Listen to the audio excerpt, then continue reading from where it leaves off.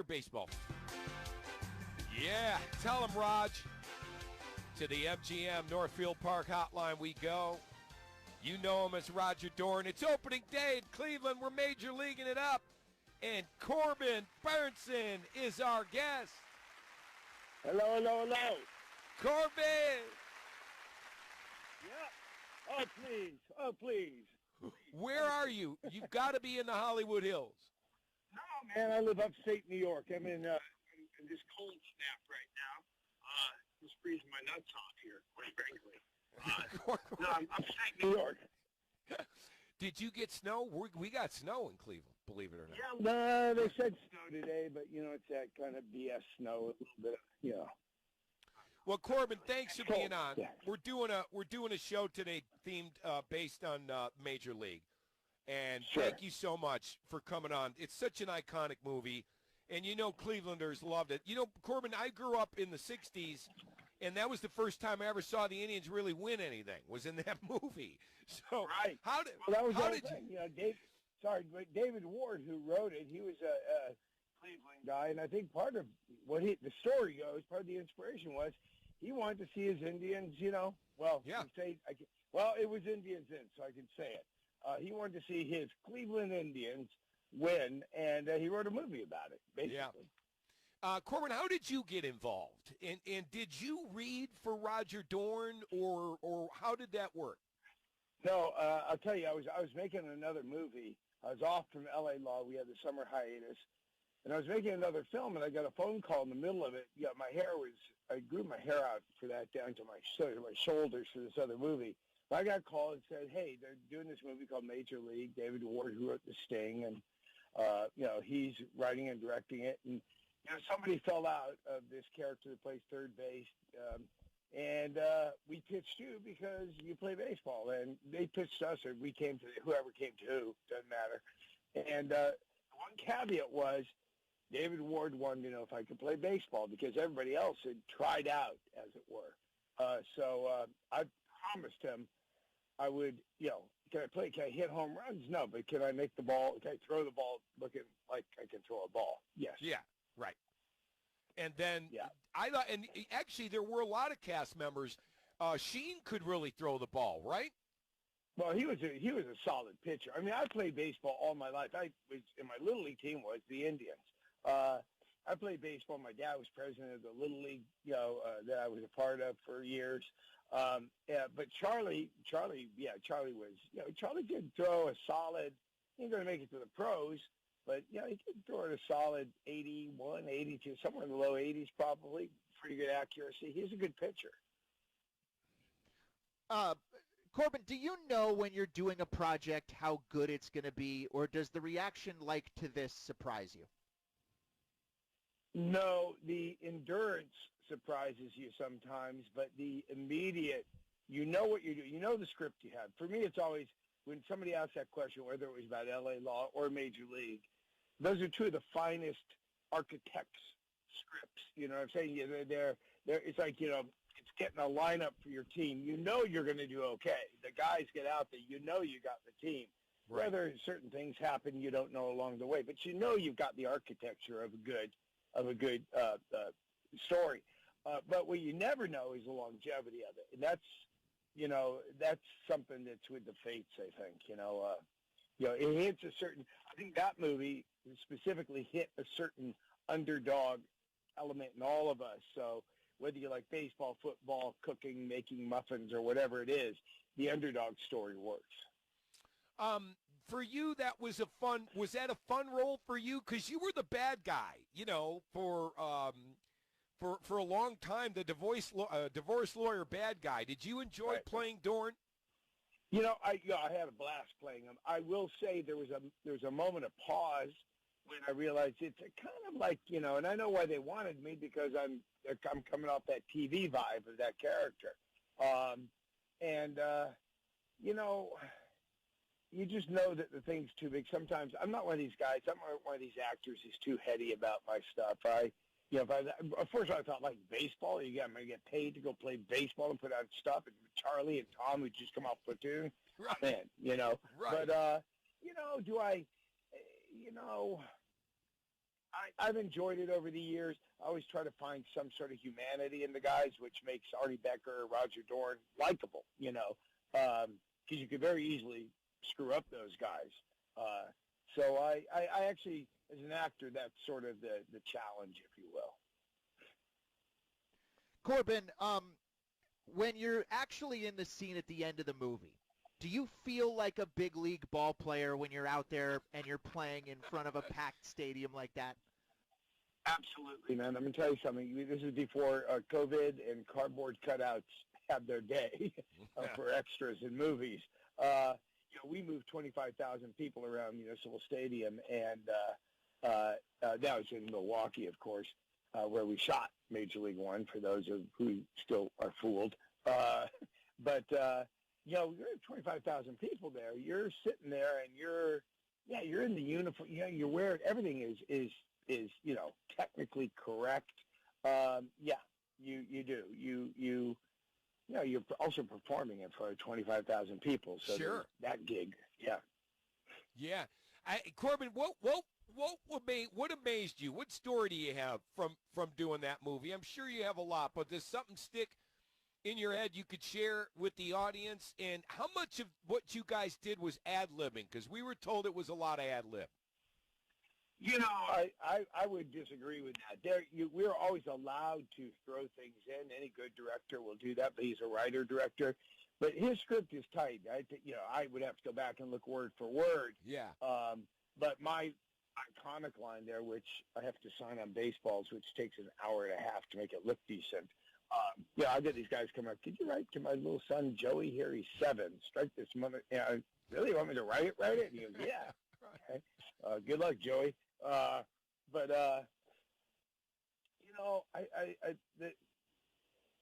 The story I like to really come up with, it's not one story, it's a sort of group of stories. There was this camaraderie, and Charlie, this is pre-Charlie meltdown and all that crap. Charlie was a leader, and he had this thing, and we'd go out at night, and it was I don't know, it's kind of like being in a rock and roll band. When those of us who would go out and group together, go out and hang out well into the night on the weekends, it was somewhere between 4 or 5 guys from a ball club or Led Zeppelin, out there. And there's no one particular story. There's nothing that's, nothing that stands out as one thing, because it was just such a collective, the way I remember it, collective. But it was the thing that does stand out for me is how we bonded as a team and a group of people, right? Both on the screen, off the screen, and to this day, maybe it's just me. I'm a nostalgic guy, but I feel like there's this bond with me and Charlie and Tom and Dennis and Chelsea Ross and God bless him if you're still around, James Gammon. Wesley hung outside it a little bit, which was a shame, because Wesley's a cool dude. He's obviously got as much controversy as anybody else, but I wish that Wesley had been a little bit more in the group, but hung outside of it a bit. But other than that, no, it was good. Do you watch it all the time, Corbin, or are you one of the people like you can't watch your own movies? No, I'm not really a big fan of watching everything I do, but I've seen Major League tons of times. There's special screenings of it, and at this point, you have an anniversary of it every 10 years, so it's already 3 anniversary. It's already down the line. But it pops on the screen. If it shows up somewhere, I think the other day it showed up as like on Netflix or something. Yeah. Okay. For 2 minutes, I'll check it out, and I always check it out. Just I don't know. It's a little trip back down memory lane, but I keep looking. My God, still. It looks good. It doesn't, some movies are 35 years old, look old, sound old. It doesn't look that. I mean, if you released Major League today in a movie theater, I don't think technically it would feel a lot different from a sports movie that you do today. Maybe there's a little bit more, I don't know, cool, tight shots of a fastball traveling, some animated thing. But if you're just doing a straight-up movie about, that doesn't have a lot of gimmicks and gags, I think the movie holds up. Corbin Bernsen is our guest. Corbin, how many takes of you olaying a ground ball were necessary in spring training? quite a few. Quite a few. You mean where I get bruised? I mean, or get hit and go down to my knees and all that. Yeah, It was right. a lot. But it was David Ward wanted things right. He wanted it right. So, either delivering lines in a scene to somebody and the director wants it right, or you're a visual gag that he needs. I think he wanted to see a ball bounce off me, bounce off me, bounce off me. And Yeager and I, Steve Yeager, Dodgers catcher, who was our technical advisor, we had this thing going. I will tell you one thing from Major League that's pretty interesting. But he and I had this thing going. It starts with the story I'll tell you now. You ask it for a story. Playing third base, especially, you wear a cup, right? You're in the hot corner there, and I'll tell you put a cup.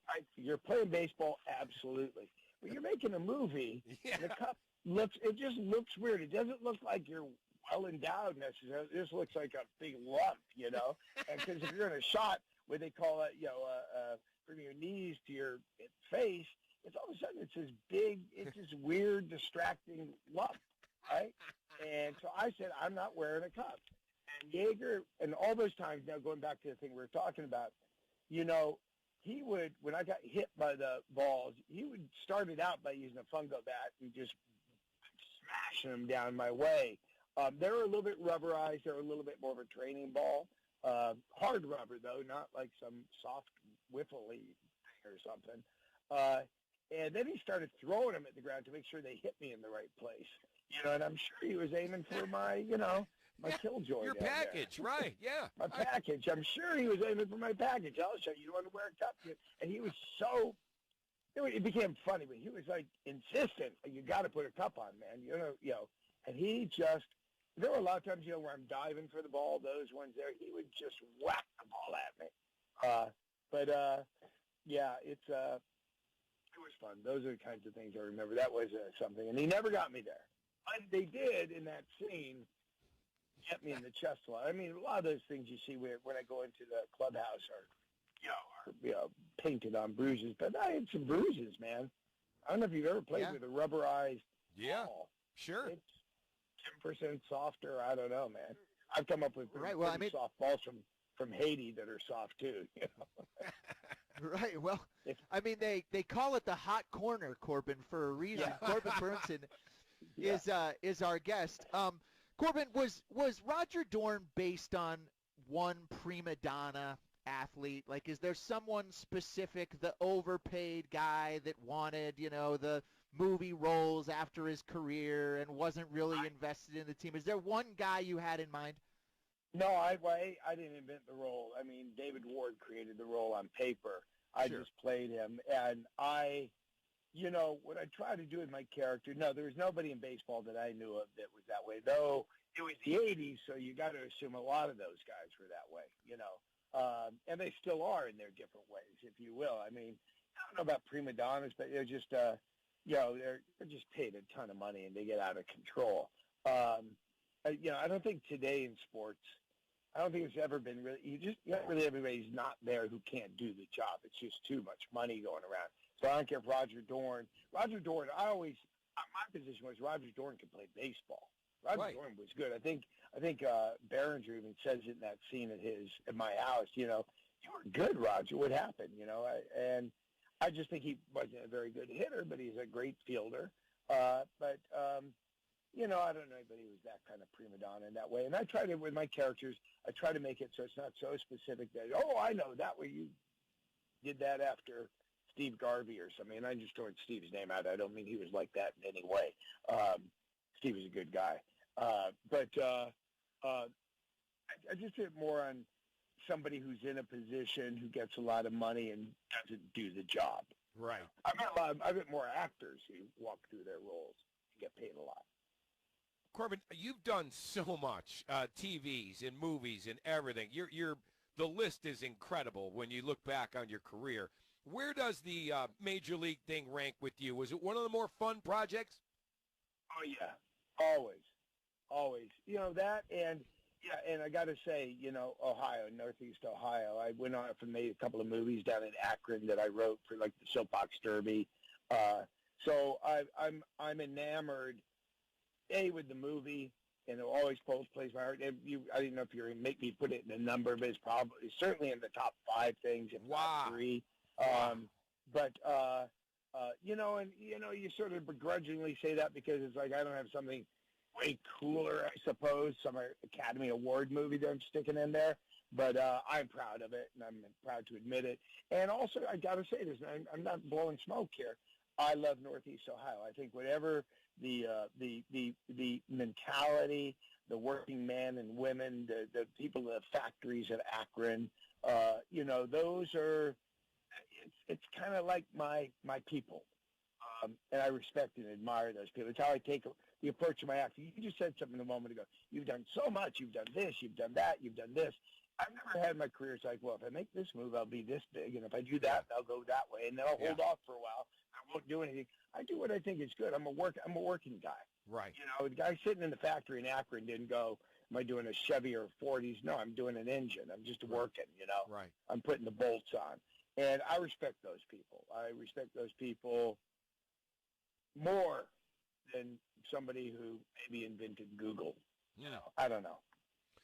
Well, listen, you are a legend in Northeast Ohio, so we really appreciate you, and I appreciate your time today. We're doing, we try to be different. Our show's a little different. We're ESPN, but we try and do things differently. And on opening day, we did the Major League theme.